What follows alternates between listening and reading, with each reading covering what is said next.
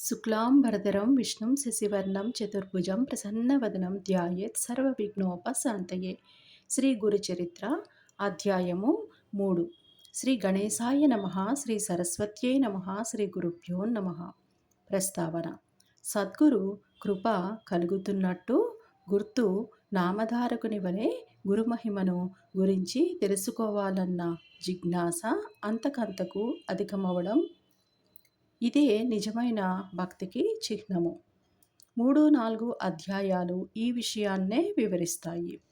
సృష్టి వికాసం కోసము అవతరించిన వారు అత్రి మహర్షి.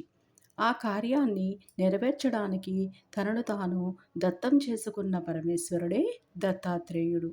అందుకు దోహదకారి అయిన దుర్వాస శాపాన్ని కూడా స్వీకరించాడు. ఆయన త్రిమూర్త్యాత్మక అయినందువలన గురుధ్యాన శ్లోకము ఆయనకు సంపూర్ణంగా వర్తిస్తుంది. సిద్ధపురుషులందరి రూపంలోనే మానవాళిని సదా అనుగ్రహించేది ఆయనే. అంటే భగవంతుడే మానవాళికి గురువుగా అవతరించిన దత్తాత్రేయుడు అన్నమాట.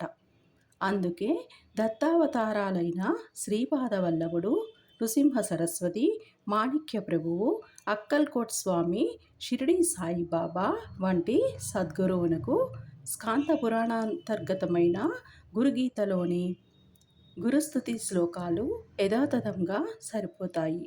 అట్టివారిని ముముక్షువులు ఆశ్రయించాలనియు తదన్యులను కాదనియు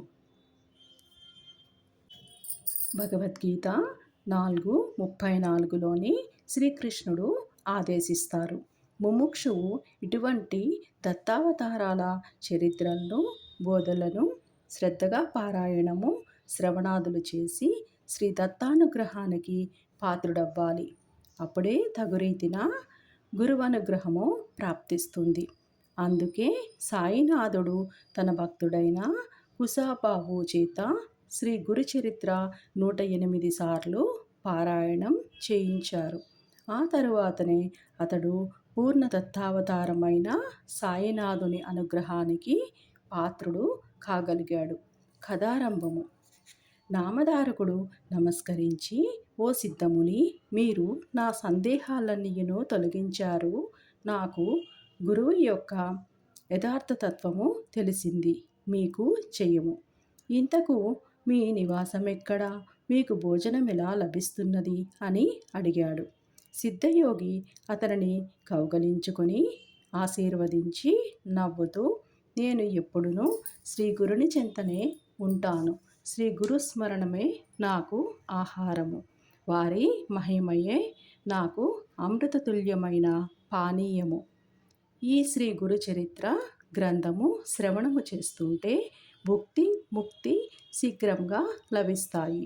పరిశుద్ధులై దీనిని 7 రోజులలోనూ పారాయణము లేక శ్రవణము చేసిన వారి పాపాలు నశించి సంతానము, ధన ధాన్యాలు, దీర్ఘాయువు, జ్ఞానము ఎవరు కోరినది వారికి లభిస్తుంది.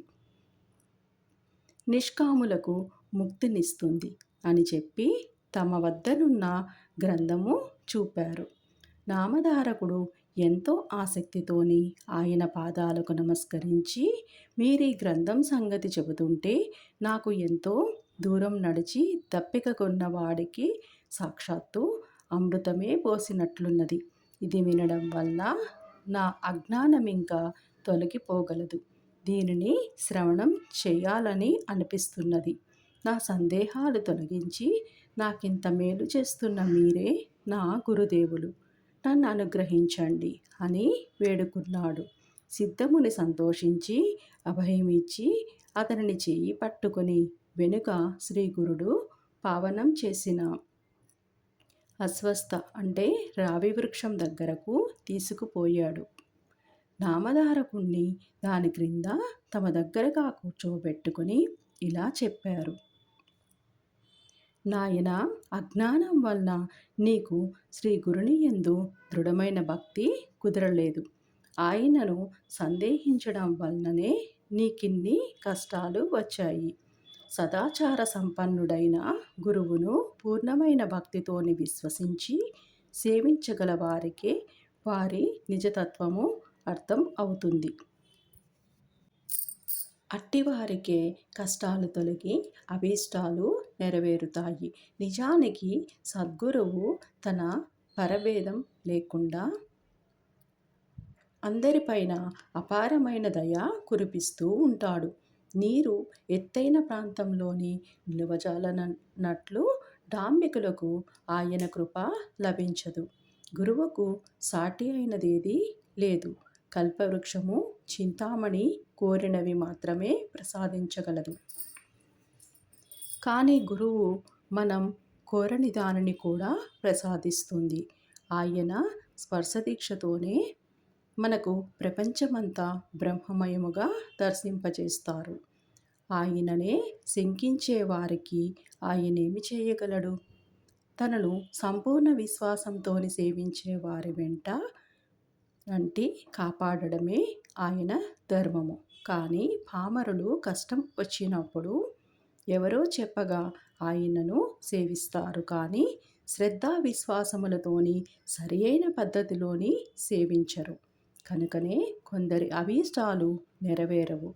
అప్పుడు వారు తమకు గురువేమీ చేయలేదనియూ ఆయనను నిందిస్తారు.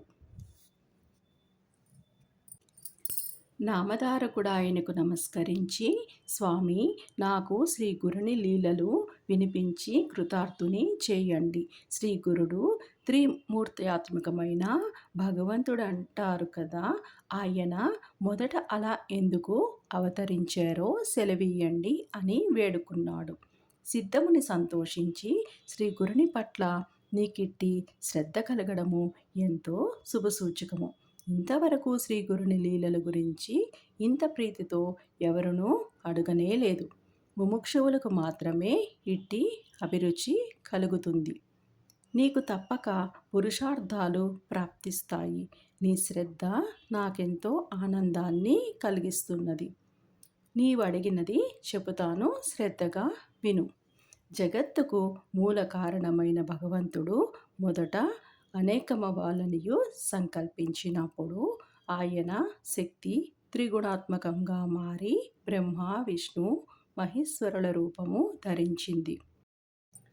వాటిలో రజోగుణము ప్రకోపించినప్పుడు సృష్టికర్త అయిన బ్రహ్మరూపంలోని ఆ శక్తే సర్వాన్ని సృష్టించింది. సత్వగుణము బలీయమై విష్ణు రూపంలోని సర్వాన్ని పాలిస్తుంది.